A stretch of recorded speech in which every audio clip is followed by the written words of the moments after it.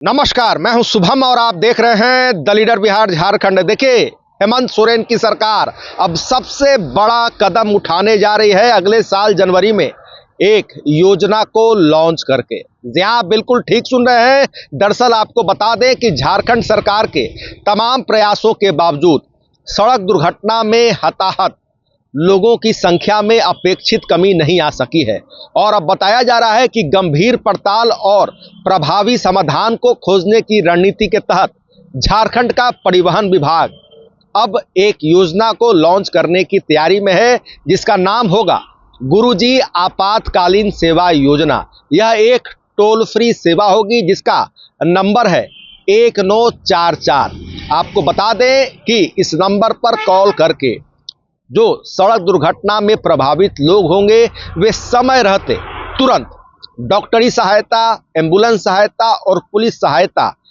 और अन्य महत्वपूर्ण सेवाओं से तुरंत जुड़ सकेंगे ताकि उनकी मदद हो सके, उनके जान और माल की रक्षा हो सके। पूरी खबर हम आपको विस्तार से इस विशेष रिपोर्ट में बताने जा रहे हैं, जिसे जानने के लिए कृपया वीडियो में शुरू से लेकर अंत तक बने रहिएगा।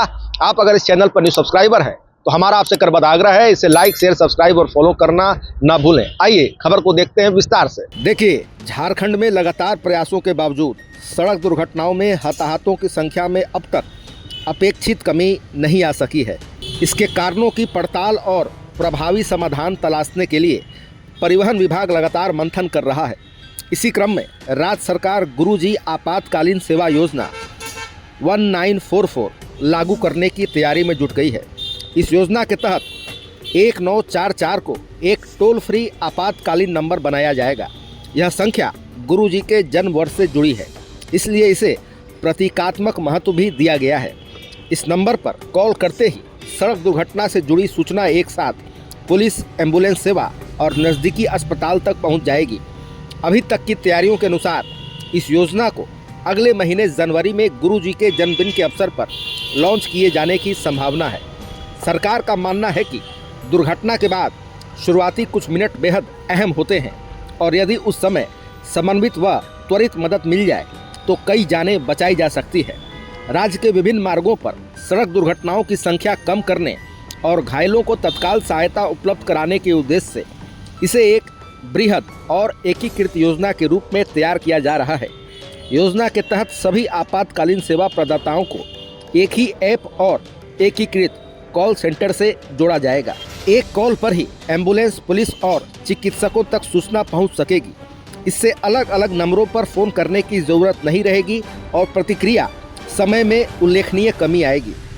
आपको बता दें कि इस एकीकृत कॉल सेंटर के जरिए सरकार झारखंड को सुरक्षित सड़क, सुरक्षित नागरिक की दिशा में आगे बढ़ाने का दावा कर रही है।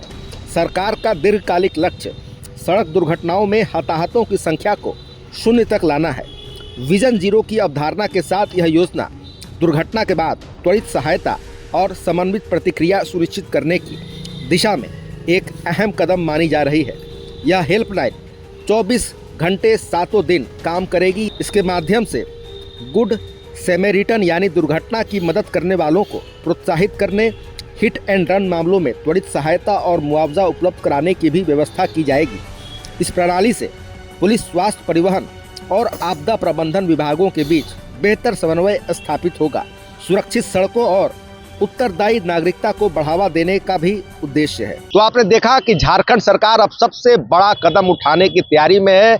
अगले साल जनवरी में गुरुजी आपातकालीन सेवा योजना को लॉन्च करने की पूरी तैयारी चल रही है। परिवहन विभाग इसे लेकर तमाम तरह के पड़ताल और तमाम तरह की तैयारियों में जुटा है ताकि सड़क दुर्घटना में जो प्रभावित लोग हैं उनके जान को बचाया जा सके, उनके जोखिम को कम किया जा सके। क्योंकि जब घटना घटती है सड़क दुर्घटना की तो तुरंत के जो कुछ समय होते हैं या बेहद महत्वपूर्ण होते हैं, उस समय में अगर उन्हें सहायता मिलती है तो फिर उन्हें जो नुकसान हुआ है तो उस नुकसान को सीधा कम किया जा सकता है और अगर जान बचाने की बात हो तो जान भी बचाई जा सकती है। इस प्रकार की भी बात है। तो निश्चित रूप से हेमंत सरकार की यह एक बड़ी पहल है और एक बड़ा कदम साबित होगा। फिलहाल खबरों में इतना ही। बने रहिए द न्यूज़ के साथ। आपको हमारा वीडियो पसंद आया हो तो लाइक शेयर कमेंट जरूर कीजिएगा। आपने अभी तक इस चैनल को सब्सक्राइब फॉलो नहीं किया है, कृपया तुरंत कर लें। धन्यवाद।